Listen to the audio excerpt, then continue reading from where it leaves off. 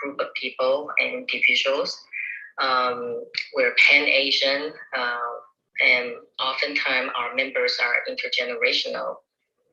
And I joined the group of people and individuals earlier this year in late February, and that was the time that there was a boom about Clubhouse, and I noticed that there many people from Asian countries, especially in Japan, a lot of people start joining Clubhouse, and so I spent during that time at the beginning. I spent a lot of time hanging on Clubhouse, and I go to different room and listen to people talk, and during that time I noticed that there are many Clubhouse formed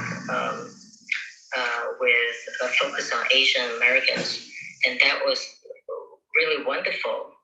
And we even like I said, not only have U.S. representation, but we also have people from Asia, starting Clubhouse and starting to, broaden the base of different networks. And so today, I would like us to talk about representation because I thought about this topic because recently. With the launch of the new Marvel movie, Shang-Chi and the 10 Ring organization, this topic has been, hovering in my mind because in my both professional and personal experience, I see that, Asian Americans are underrepresented in everything, in media, in politics, in clinical research. And I just wanted to, have a space and also wanted to hear from folks and to see your experience and your thoughts about how this impact, how this impacting you and us as a community. So for me, because I work in the healthcare field, I see that oftentimes when I go to conferences, when I go to meetings, oftentimes Asian Americans are lumped together as one group, or worst of all, we're not even counted as a category. So sometimes, when I go to a conference and the presenter will be doing a presentation, and then the data that they use, they will be like, there's data on white, on black, on Hispanic, and then other. Sometimes we don't even, we're not even a category, we're lumped together as other. So the impact of that is that when we are lumped together as one group, we don't really see the disparities, the differences exist in the subgroups. And another example that I can see is that we are a community partner for a national research project called All of Us. And the aim of All of Us is to collect over 1 million people's specimen to create the largest biobank in the U.S. history. And the reason why they wanted to do that is because the more data, genetic data that you have, the better that we can enable scientists to practice precision medicine. And this is a way that, the researchers can help us to find cure and also to prevent diseases. But then again, because of cultural and linguistic barrier, Asian Americans are really underrepresented. So right now in the U.S., Asian Americans roughly, represented maybe 5.4% of the entire U.S. population. But in this kind of research setting, Asian American, we started out only 1.9% of the entire bio data bank are, have information about API. And with the help of the community members, we were able to double it last year and to increase it to 3.9%. But still, it's a long way to go. And so, and I guess one thing that I wanted to say is that, when a lot of people have the sentiment that, we're not seen, we're always, feel like we're invisible. And I would just like to open up to the floor and to get people to think about how can we be counted, how can we be seen, what can we do from where we are right now to get the mainstream society to notice Asian Americans, to include us. So I'm done speaking, and I'm gonna turn off my mic. Thank you very much, Shinji, for that introduction. At this point, for folks who just stepped into the room, I want to welcome you and remind you that in this room, our way of operating is completely comprehensive. I do invite you to the stage, and eventually, after kicking off the topic so that we flesh out what the coverage of the topic, I am going to follow the mic sequence and invite every single one of you to speak up and share your perspective and your concerns, and also ask your questions as well. So, but before we do that, to flesh out what the topic could be, I just wanted to start that with Chen-Chi after her introduction right now. Thanks for joining us tonight. And tonight, the topic that was just introduced by Chen-Chi is the impact of underrepresentation. Clearly, Chen-Chi is speaking from her perspective and experience of many years of advocacy and regarding Asian Americans, but I think for anybody else, you can imagine how that kind of impact would apply to your own community as well. All right. With that, so Chen-Chi, you mentioned a number of really important things with regards to research and data banks. Okay, these are new things that perhaps some people don't know. We are in an era of medical advances never seen before. So for example, the vaccines that we have, right? The first vaccines out of the gate are vaccines based on mRNA, which are basically based on research, right? The word just escaped me, but it's molecular research, right? And moving forward, medicine is going to be based on further very precise editing of genes, right? Genetic genes to cure you. Now, if the data isn't there won't be a cure for you, I would imagine. So eventually, if you are underrepresented, then cures may exist, but not for your particular community. Am I correct, Chen-Chi? And can you elaborate on that aspect of being underrepresented in the research of medical research? Yes, you are absolutely right. Although I have to put this disclaimer out front, I'm not a researcher and I don't have any clinical background. What I know is that, yes, so because oftentimes in clinical trials, the researchers only use white male as the research subject. So sometimes the drugs that they develop are only effective for white male. But but as we all know, the world is not just consists of white people and white male. So it's important for the researchers to do clinical trials that's inclusive, that include not only women, but also representation of all all different racial ethnic groups. So yeah. I hope that answers your question. Absolutely, yes. At this stage again, yes, thank you for that.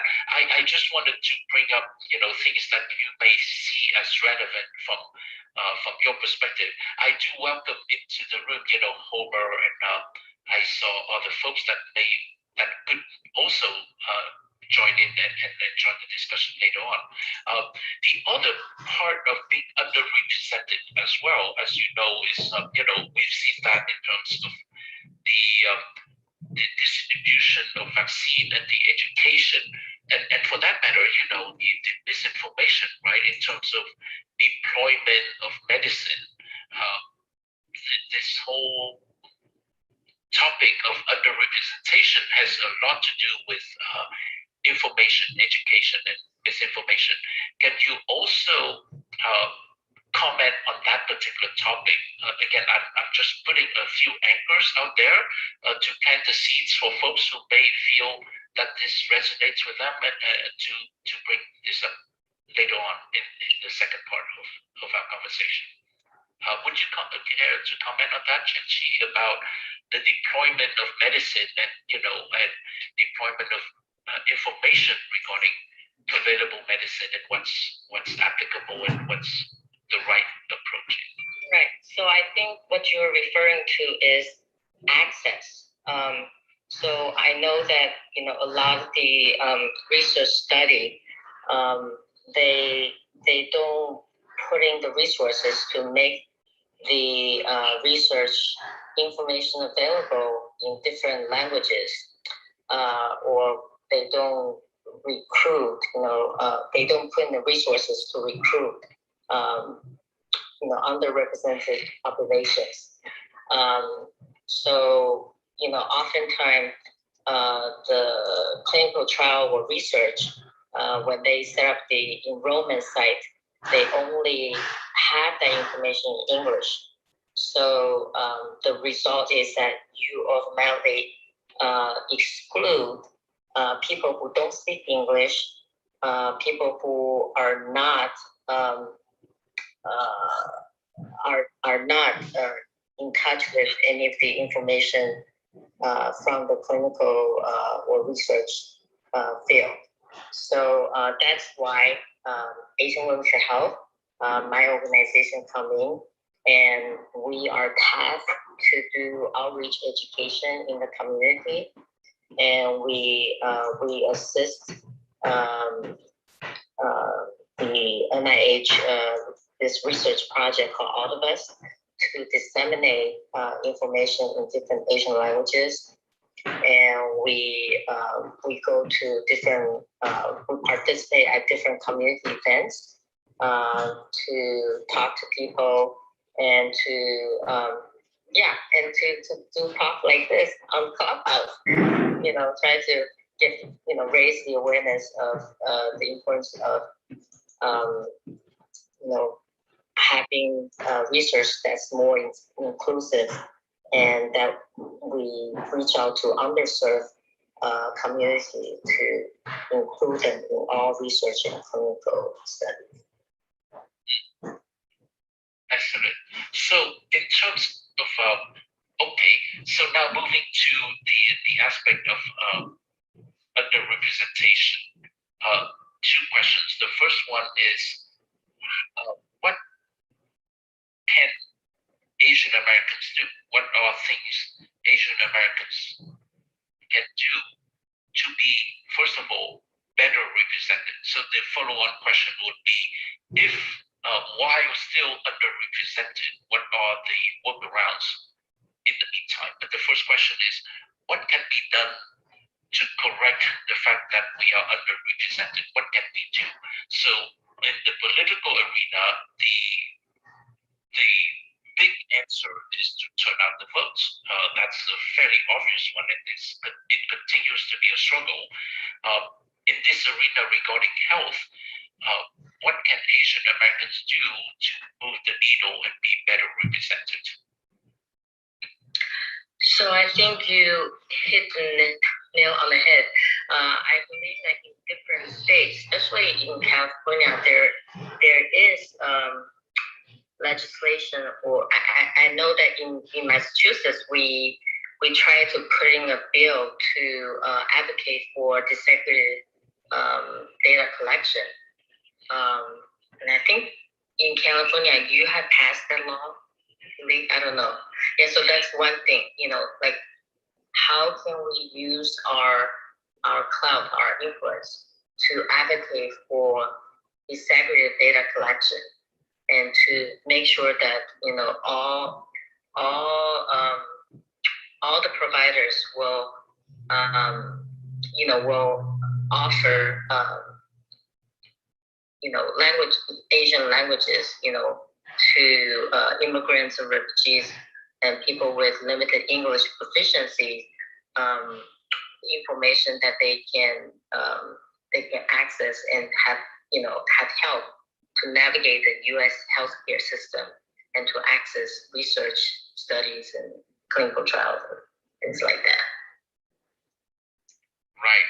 Thank you so much for sharing that. Those bills. Can Asian Americans, these bills, I wasn't aware of them. Are there ways for Asian Americans to find out and then call our representatives and push for these bills to pass? Yeah, I believe so. I think that if you just do a Google keyword search, the disaggregated data collection, and you should just come up with the bill number and things like that, the status, yeah. And definitely, know your local legislators and, try to work with them, to support them, and work with different Asian organizations to get them to do social media campaign, to do, phone bank calling, to get out the votes and things like that. Great, thank you. In the meantime, representation being at whatever level it is, in terms of our own health, what can Asian Americans do to get educated, to get the best health care under the situation? What can they reach out? What can they do? How can they get better educated? Reach out to advocacy groups? What are the best things open for them to do? Mm-hmm. So I think what we each can do individually is to be aware of different diseases that disproportionately impacting Asian Americans. So, for example, I'm a breast cancer survivor, and so I am very, very involved in health disparity and advocacy work. And I know that in Massachusetts, there's an 89% increase of breast cancer among Asian women from 1999 to 2013. I'm one of those women. I'm one of those statistics, and I've seen younger and younger Asian women diagnosed with breast cancer. And on our website, you can find a downloadable fact sheets about Asian breast cancer. And we know that Asian women, the longer you stay in this country, the higher risk you have developing breast cancer. And there are also other diseases and other cancers that are unique and impacting Asian Americans more than the other population. So, for example, cancer is the leading cause of death for both Asian men and women, while heart disease is number one killer for all the other population. And lung cancer, it killed more Asian men and women than all the other cancer. So, and then hepatitis B is another disease that disproportionately impacting Asian American and leads to liver cancer.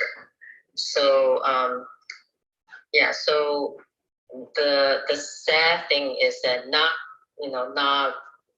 everyone is aware of these disparities. It takes a lot of efforts for us to reach out to people and to educate them, and especially Asian Americans have the lowest screening rate when compared to other population. So we have the lowest rate for mammogram, for pap smear test, for colonoscopy. And this is a nationwide phenomenon. It's not just in Massachusetts, but nationwide. So as I pointed out before, I think cultural and linguistic barriers are the leading factor that preventing Asian Americans from accessing the healthcare services. And we don't have a lot of culturally competent providers who can provide care for the Asian populations, particularly in mental health and behavioral health, field. So,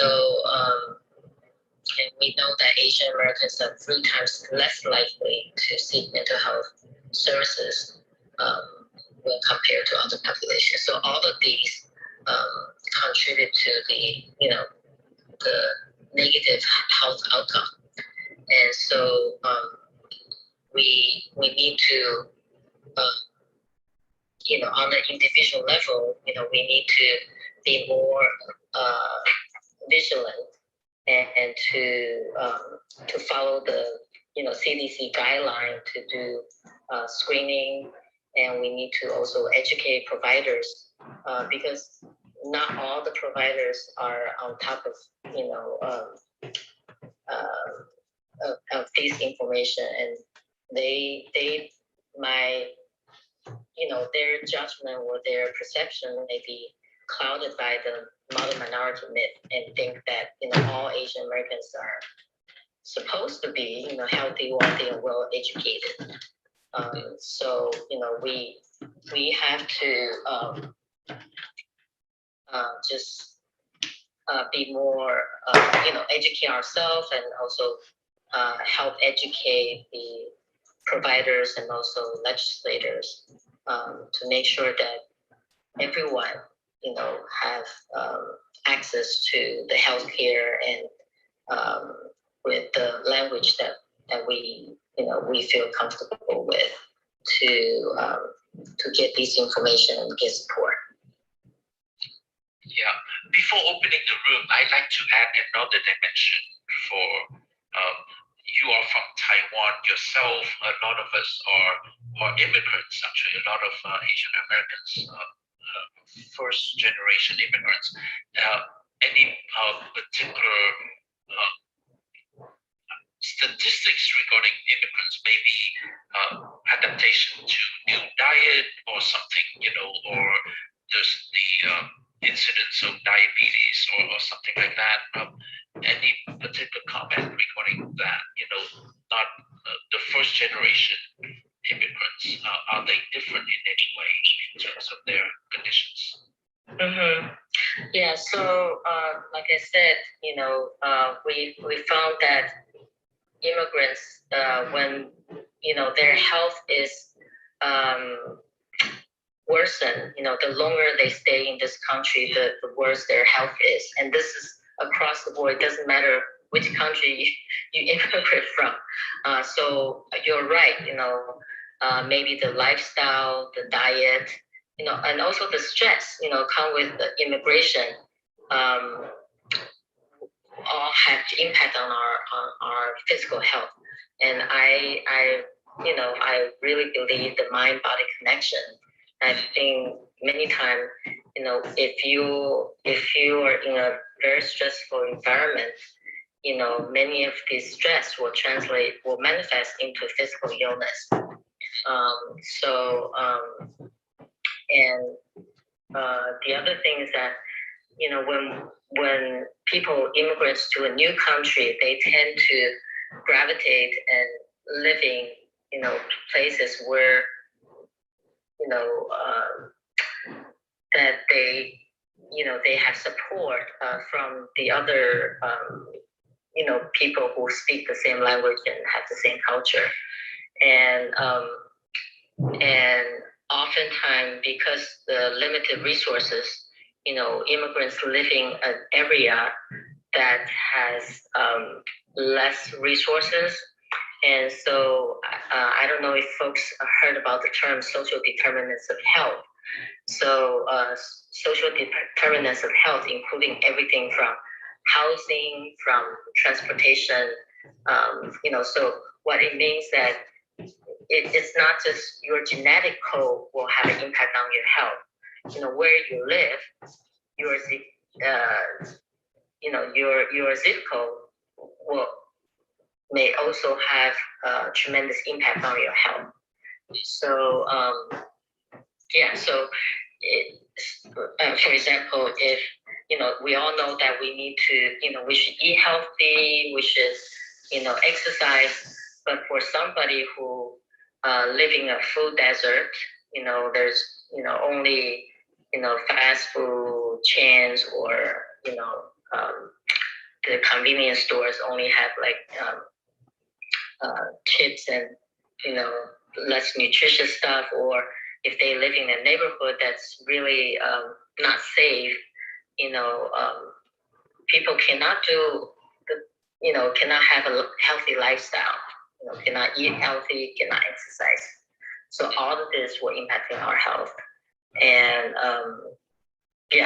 and so that's something that we can also work on, as a community. So that just got me to think about the shooting in Atlanta. After the pandemic, there's a surge of anti-Asian incidents, and Asian American women are 3 times more likely to be attacked than Asian men. So so the whole pandemic not only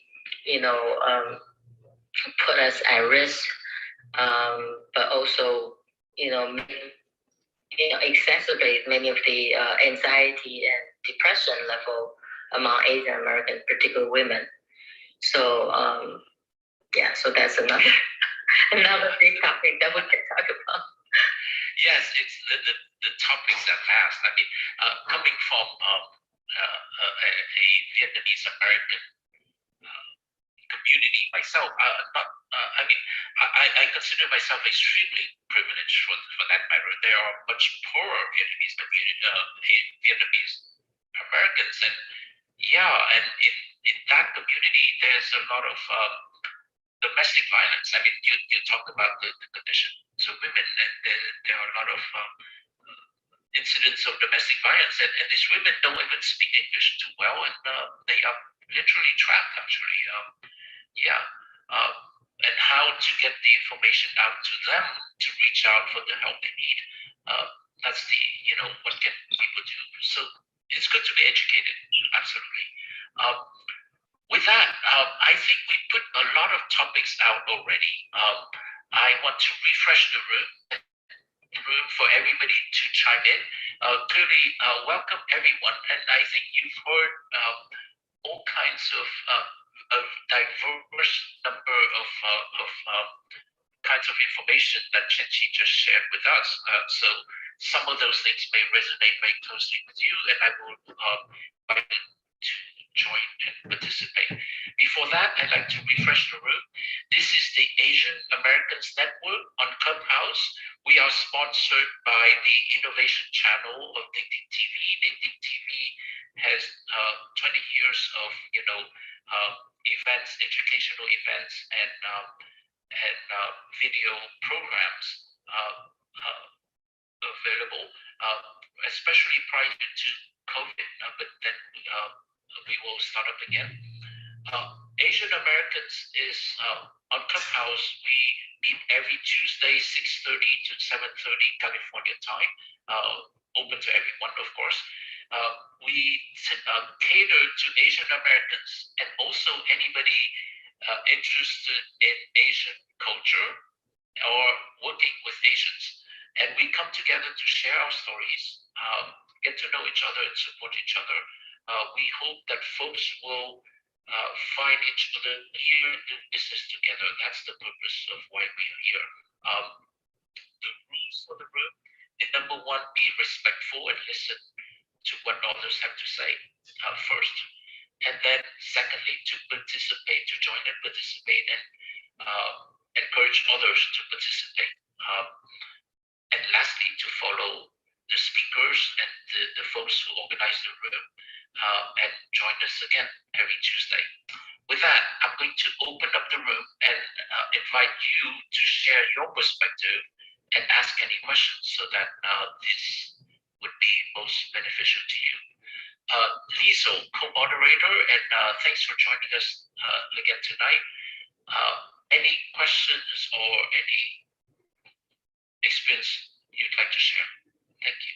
Yes, thank you, Hong, and thank you, Shenchi, for all of that information that you shared with us, and also for the work that you do for the Asian community and for women. And I'm sure, with that work, you are also benefiting a lot of men in the lives of those women.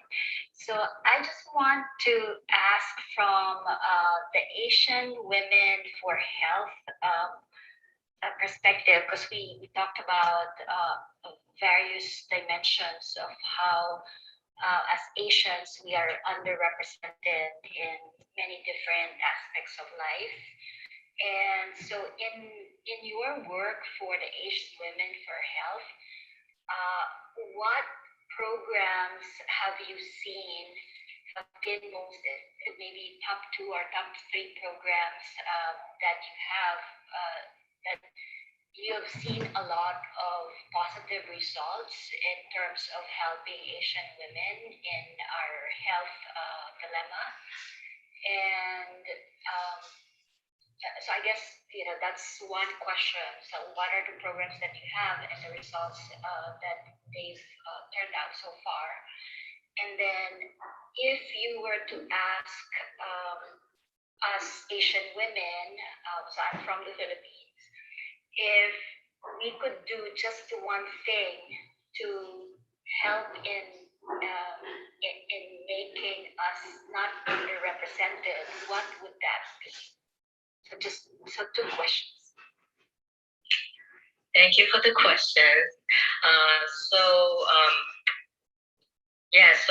we have, our program is mostly focusing on women's health, and we 2 years ago we started a nail salon outreach program. So many of you are aware that Vietnamese women, Asian women, a lot of them work in the nail salon industry, and so because of their work, they were exposed to toxic chemicals, and they're not able to take time off to see doctors or to utilize preventive care. So we have this nail salon outreach program where we send outreach worker to visit the nail salon and also to, give them information, to talk to them and encourage them to schedule appointment with their doctors and to let them know that, if they're age 40 and older, they need to do mammogram every year, and if they're age 21 and older, they need to do pap smear tests, and if they have children, they need to get them to vaccinated with the HPV vaccine. So we do peer health education, and we also since COVID, we've been offering free virtual events every month. So we have a Tuesday lunch and learn, and we have a Saturday health webinar, and we have a virtual social on the third Tuesday night. So all of these events are free and open to the public, and you don't have to be Asian or woman to participate. And we use this as a way to disseminate information and to break the social isolation. And as I mentioned before, we also have annual conferences, and we use this as a way to bring all the stakeholders together to look at issues that are impacting Asian women's health and to facilitate cross-sector collaboration. And let's see. And we have a new initiative, which I'm really, really excited to share about. It's called Educations, spelled Asian. So we discovered that,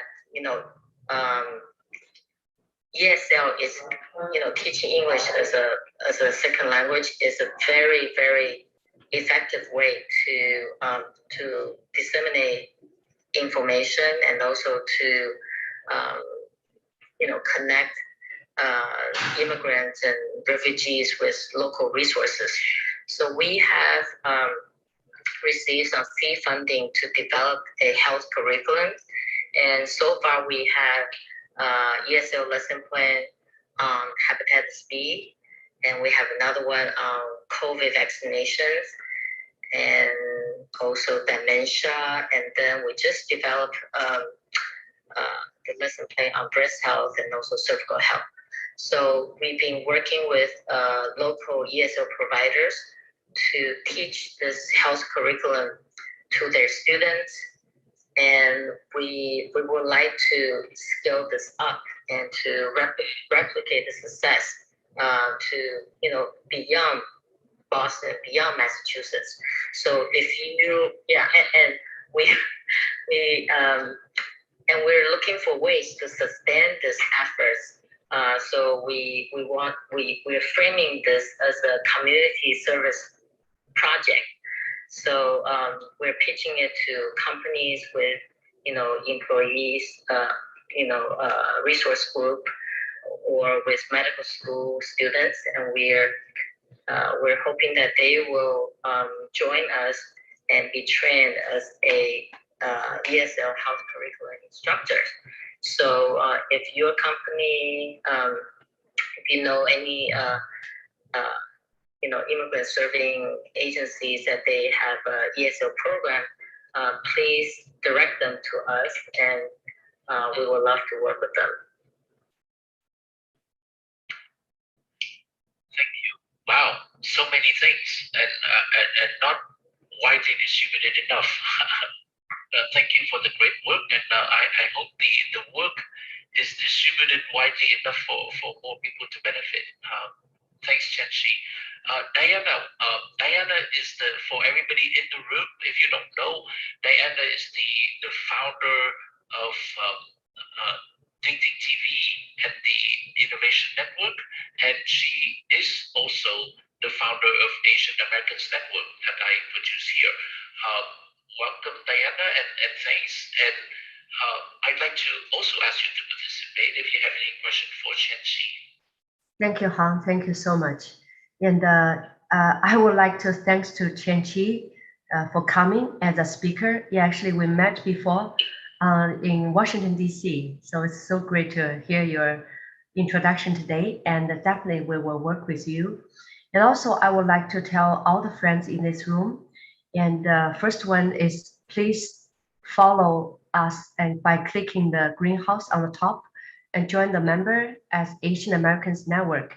And also, I know that we have so many great speakers, as I see that Homer, Gloria, Ruby, and David, and Melina, and so many friends is here. If you would like to be featured and become a speaker, please DM Han or DM me or DM Liso, and we would like to work with you. Sandy is not here, so Han, Liso, and I, we are the organizer of this room, and this stage is open for everyone. So please do DM us, and we would also like to feature, feature you to share your story and introduce your organization. So let's serve the community together in this way. I'm not going to ask any questions. I just want to thanks to everyone. So give this opportunity to all the other friends here. Thank you. Thanks, Diana. Thank you very much. Chris, not that you're a woman, but any particular experience or you'd like to share or concerns or any questions that you may have to learn any further. Thanks for joining us. Welcome, Chris. Chris, are you there? Hi, Chris.